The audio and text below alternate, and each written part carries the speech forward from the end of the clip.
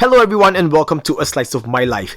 This video is all about the Bestech knives Tulip. But before we proceed, if you guys are wondering how come the background is different, that's because my buddy CK gave me this wooden board here and I'm using it as the background from here on out, and I think that this is actually really awesome. Now he gave this to me for reasons unknown. I don't know why, but bro, thank you so much for this gift. It is awesome for more reasons than one. First of all, it is a darker shade of a wood finish compared to the previous one. Second, it is scratch resistant, on top of that being properly fire rated as well. But the third and most important reason to me is because this is not so reflective.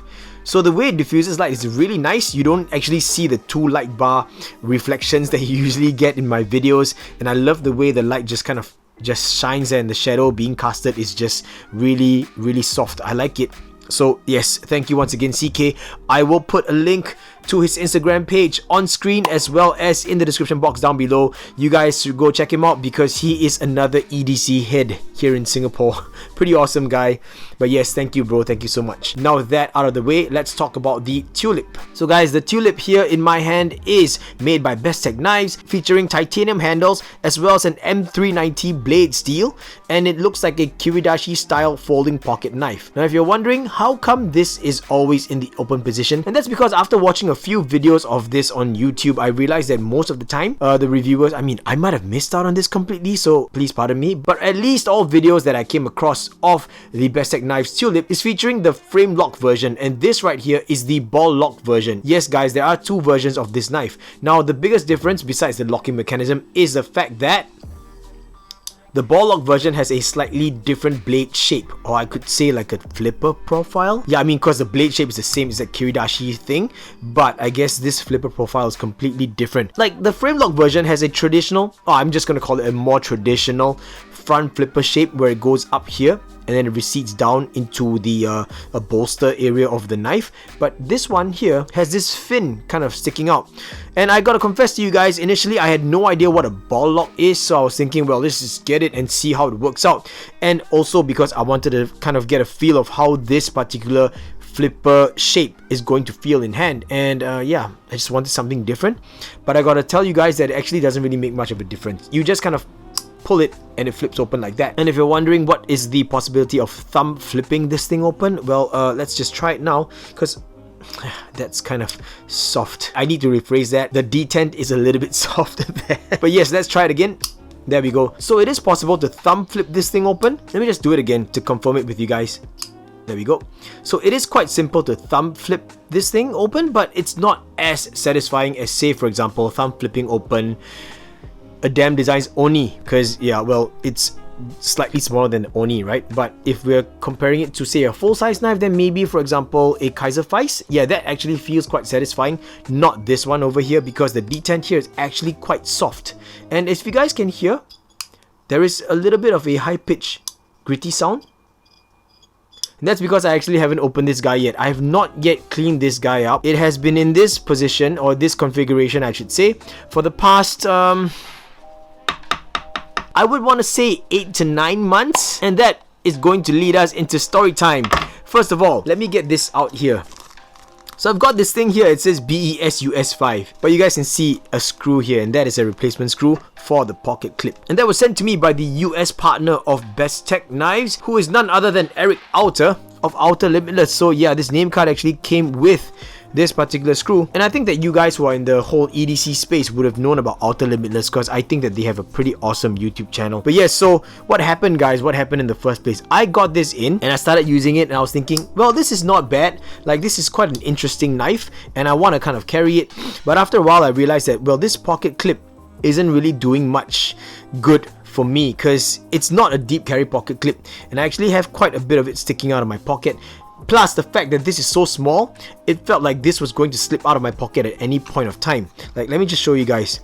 Like, this much is going to be peeking out of my pocket, right? And the fact that this knife is so small. And so I was thinking maybe I could carry this without the pocket clip, and then use a lanyard, because there's a lanyard slot here, to kind of just have it dangling in my pocket and just pulling it out with the lanyard. And so I took my Torx screwdriver to this, and you guys can see now it is completely stripped. Yeah guys, I tried a little bit and I don't know what kind of Loctite or adhesive they have in there, but it's really bad. Like, it's really glued in shut and so that completely wore out. And so in the middle of my disappointment, I reached out to Bestech Knives.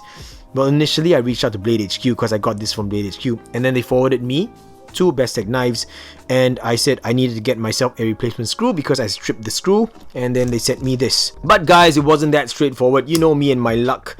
It actually took a few months before Bestech actually got back to me proper with someone from the US, I guess the US side of Bestech Knives, and then they finally said, you know what, we're gonna send you a replacement screw. And the reason why they had to do that is because I purchased it off Blade HQ, but Blade HQ referred me to the Bestech Knives main HQ, and then the Bestech Knives main HQ had to refer me back to the US side of Bestech Knives because, well, I bought it from Blade HQ. You know what I'm trying to say? I know I'm rambling, guys, but hopefully you understand what I'm trying to say. So yeah, the first person contacted me, and it was like 2 emails, and then he disappeared for a couple of weeks. The next thing I knew was I received an email from the main Bestech Knives HQ and asked me if everything was in order, and I said, nope, it is not. And they said, well, the reason why is because that person is no longer with Bestech Knives, so they are going to forward me to a different representative altogether. That is none other than Eric. So Eric first mailed a replacement screw out to me, and the reason why he couldn't mail it directly to Singapore is because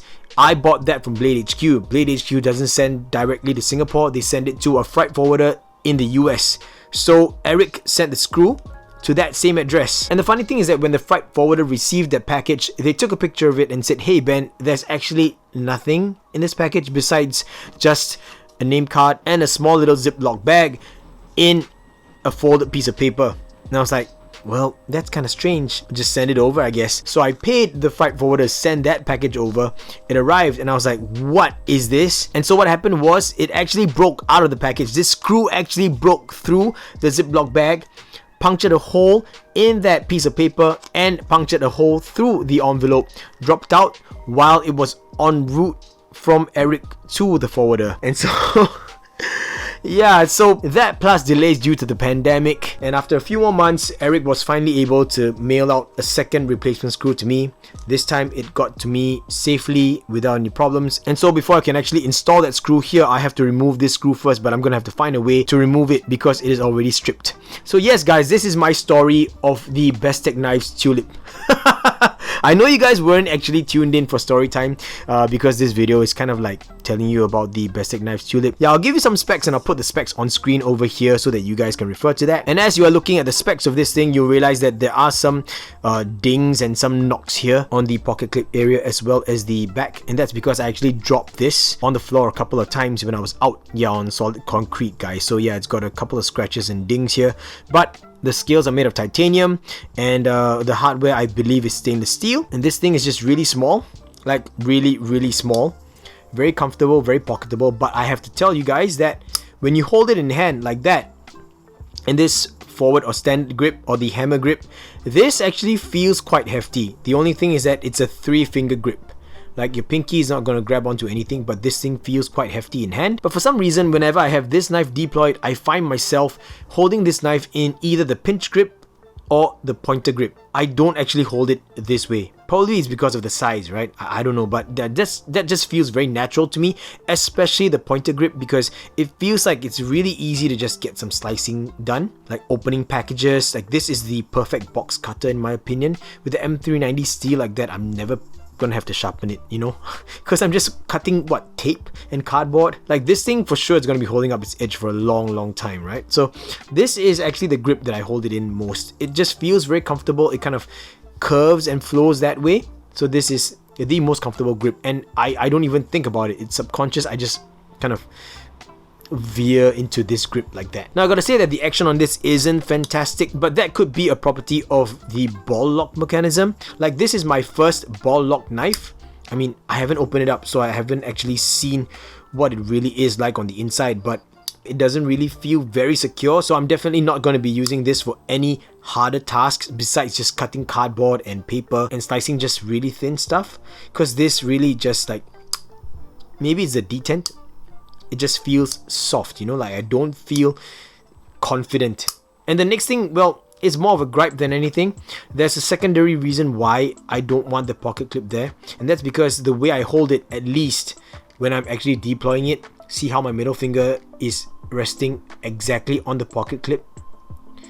This part is quite sharp, guys. Like, it is a hotspot for sure. Like, look, it's digging into my middle finger right there. So this is quite uncomfortable for me, and I'm thinking that it's just a really personal thing because of my hand size or my bone structure or something. I don't know, but at least it bugs me, and I don't know if it'll bug other people, but it's just the way I'm holding it. See, my middle finger is holding onto, or it's directly above the pocket clip, I should say. Well, closing this thing also feels like yeah, it doesn't feel as secure.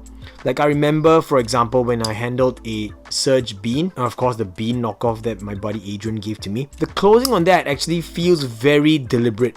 Like, you really have to make sure you apply force before you can close it. But this over here is just, yeah, it's kind of soft. I think that the detent overall is rather soft, so it doesn't feel very confident in hand. So flipping it around, let's look at the detail on the blade here. It says here Ostap Hell design. So yeah, it's designed by Ostap Hell, produced by Bestech Knives. And now I guess I want to give you guys a size comparison, and I don't know why I closed the knife, because I'm going to be opening it. So yeah, let's just do this. The first knife to compare it to is the Para 3. You guys can already tell the size difference from here. Then we have the Benchmade Mini Grip. Yeah, so now I'm just gonna close it up, and instead let's compare it to some everyday, I guess, more accessible items like an SAK Classic. See, it's almost the size of a Victorinox Classic SD, an average size lighter, as well as a Big XL lighter. Last but not least, just for fun, I'm gonna give you guys a size comparison of this next to a stubby. There we go. Yeah, it is just about as thick as a stubby, by the way. Look at that. So yeah, it really will disappear in your pocket. It's going to be really small and really thin, and it'll just sit there very comfortably, and it will not get in your way. Except for this pocket clip, it's something that I really don't like, and this part is just so sharp, and yeah, it's just bugging me. Other than that, the machining qualities on this is actually pretty good. There are some machining marks here, and it's kind of hard to tell, but it gives it a very matte finish. At first glance, it looks kind of bead blasted, kind of stone washed, but it's not. It's a machine finish, and it's got this really interesting line design. It's not brushing as well, because the lines go in a different direction or orientation on this area, this middle area here, and then on this upper raised area as well. And then there's a chamfer on the sides or the corner of the knife itself. And then let's look at the back spacer. There are no machining marks on the back spacer, but it's finished very well. So this one now looks like a very light bead blasted finish, and it goes all the way around to the lanyard slot. And overall, honestly speaking, the scales are actually finished very well. So there are no hotspots on the scales. The hotspot is just this 3D milled pocket clip that is held in by a single screw, and there is a slot in there to hold the pocket clip in place. So even if I remove the screw, I don't know how I'm gonna, well, for lack of a better way of explaining it, aesthetically accept that slot over there, because there's no plug to fill it in, you know what I mean? And we've got the pivot pin here. It looks like a custom pivot pin. Now onto the blade and the jimping and stuff like that, the things that I should have talked about in the earlier part of the video, but I got too caught up telling you guys about the story time. So there is jimping here on the top of the spine, right on top, but you're not going to touch it if you are holding it in the pointer grip. However, if you hold it in a standard grip, then yes, you will feel some of the jimping. And the jimping here is done quite well as well. What am I saying, guys? The jimping here is done quite well because it is not sharp, it doesn't bite your skin, and the jimping goes all the way around to that area of the knife, or the blade I should say, where you are going to interface to open up the blade. So whether it's with your thumb like that, or whether it's with your index finger this way, this provides you a good enough grip. Now if you're wondering whether you could start the flip open from the bottom here, yes, you definitely can, but I don't know how you're gonna do it because I cannot do it.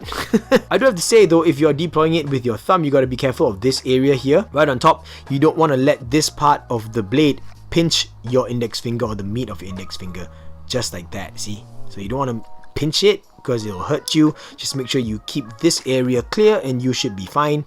Just kind of hook this part of the pocket clip with your middle finger and then flip it open like that. But if you're using your index finger like me, then you're going to have to apply pressure all along the scales of this knife and then open it up like that.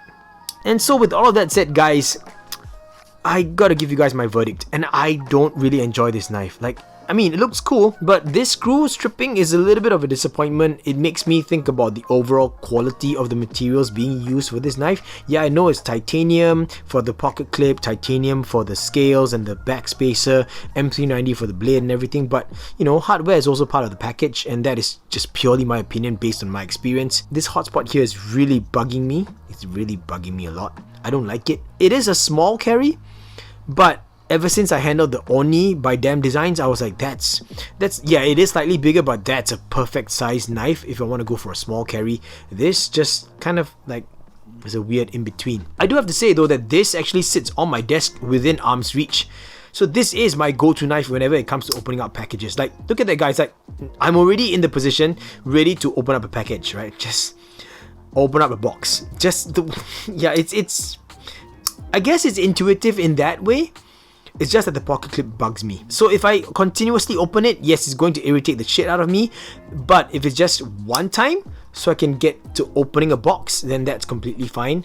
Just close this properly. I really have to pay attention to closing it and then put it aside, because like I said, the D10 is kind of soft. So yeah, the soft D10 is another reason or negative point to add to this particular knife. But the biggest negative point of all, guys, in my opinion, is the price point. This it pains me to say this, but this is actually $126 US. At least right now on Blade HQ is going for $126. The MSRP for this listed on Blade HQ is actually $149 US. And for that price, it's really difficult for me to recommend this to anyone. Even if you are a front flipper enthusiast, even though if you are a M390 steel snob, it is just impossible for me to recommend this to you guys. I really cannot. Like, for that price point, I mean, I could get another pair of 3. You know, I'm just being honest with you guys. I could easily get another pair of 3, and you guys know how much I love my pair of 3s. And that is it, everyone. That is what I think about the Bestech Knives Tulip. Maybe I should have got the frame lock version, I don't know, but I had to try the ball lock version because I've not yet tried a blade shape or deploying mechanism in this particular shape. And yeah, you know, maybe this is one of the times when I just take the bullet for the team. But with that said, everyone, we've come to the end of the video. Thank you so much for sticking all the way throughout and sharing in this slice of my life. If you enjoyed this video and like the content that I'm putting out, please consider subscribing to the channel. And if you do subscribe, make sure that you hit the bell to be notified of any new uploads that I put out. Also, I run a Patreon page. I'll put a link up here to that in case you want to go check it out. Over there, we do have Patreon exclusive content as well as Patreon exclusive giveaways. So if you do become a patron of mine, thank you so much in advance. It really means a lot to me. Once again, everyone, this is the Bestech Knives Tulip. This is the ball lock version, not the frame lock version. This one is in grey, titanium, and I will catch all of you in the next slice of my life. Until then, everyone, Gaga Boos.